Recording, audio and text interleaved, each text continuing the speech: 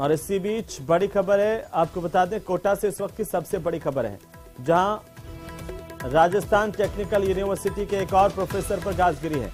ये प्रोफेसर राजीव गुप्ता से हटाया गया है। आरटीयू कोटा से इस वक्त की सबसे बड़ी खबर है।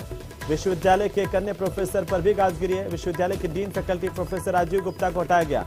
महिला संविदा कर्मी ने इस राजीव गुप्ता पर यौन प्रताड़ना की शिकायत पुलिस में दर्ज करवाई थी। इस पर केस दर्ज करवाया था, रेप करने का, यौन प्रताड़ना करने का, लेकिन इसके बावजूद राजीव गुप्ता की गिरफ्तारी आज दिनांक तक नहीं हुई है, जिससे प्रदेश भर के छात्र छात्राओं में गहरा आक्रोश है।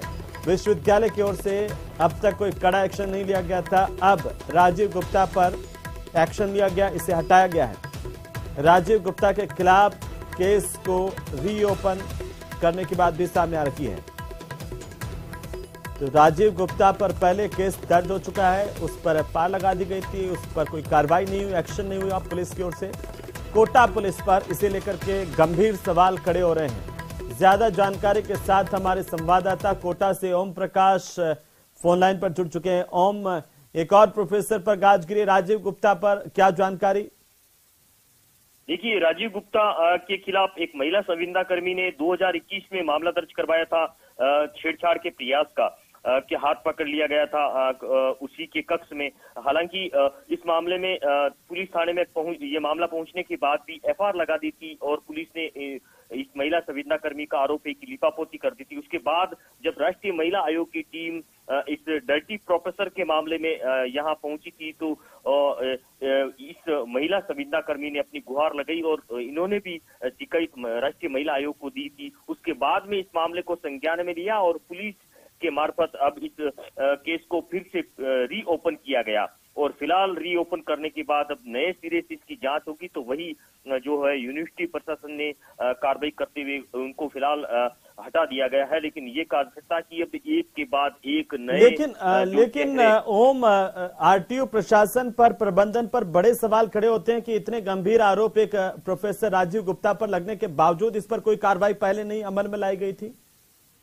देखिए, पूरी मिलीभगत का ये खेल नजर आ रहा है, क्योंकि इनके खिलाफ जो कार्रवाई करने के लिए जो शिकायत दी थी, लेकिन ऐसा लगता है यूनिवर्सिटी प्रशासन के कई बड़े जो प्रोफेसर या जो बड़े अधिकारी थे, उनकी कहीं न कहीं मिलीभगत की जो है आशंका इसमें नजर आ रही है। तभी शायद इतने गंभीर आरोप के बाद भी उनके खिलाफ कोई कार्रवाई नहीं हुई। और तो बड़ी बात यह कि पुलिस थाने तक मामला पहुंचने के बाद भी पुलिस ने संभवत पूरे मामले में पूरी तरह से संज्ञान नहीं लिया और एफआईआर लगा दी। ये पूरे सवालों के घेरे में था।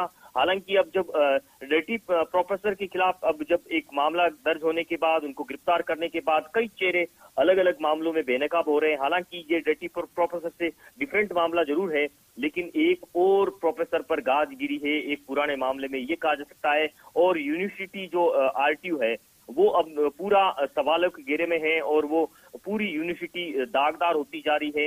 नए नए चेहरे बेनकाब होते जा रहे हैं, नए नए मामले खुलते जा रहे हैं, नए नए क्या ओम, अब इस पूरे मामले में देखिए पूरी पुलिस की भी गलती रही है कि कोई कार्रवाई राजीव गुप्ता पर उस वक्त नहीं की गई थी और विश्वविद्यालय प्रबंधन की अगर कर दी जाती तो आगे कोई प्रोफेसर ऐसा नहीं करता। लेकिन अब जब राजीव गुप्ता पर केस रीओपन हो रहा है तो क्या इस प्रोफेसर की गिरफ्तारी होगी? यह सबसे बड़ा सवाल है। मामले में एसआईटी की जो टीम है वो जांच का विषय बता रही है कि केस को रीओपन करने के बाद उसमें किस तरह की तथ्यों पर जांच होती है, किस तरह की जांच में क्या कुछ निकल के आता है, ये देखने वाली बात होगी। और तस्वीर तब सामने आएगी जब पुलिस के अधिकारी मीडिया से मुखातिब होकर इस मामले में पूरी बात कहेंगे। लेकिन इतना जरूर कहा जा सकता है कि 2021 में जो मामला दर्ज करवाया था, पीड़ित महिला को कम से कम इतना तो संतुष्ट होना पड़ेगा कि उस केस को वापस रीओपन। जी, बहुत शुक्रिया ओम तमाम जानकारी के लिए।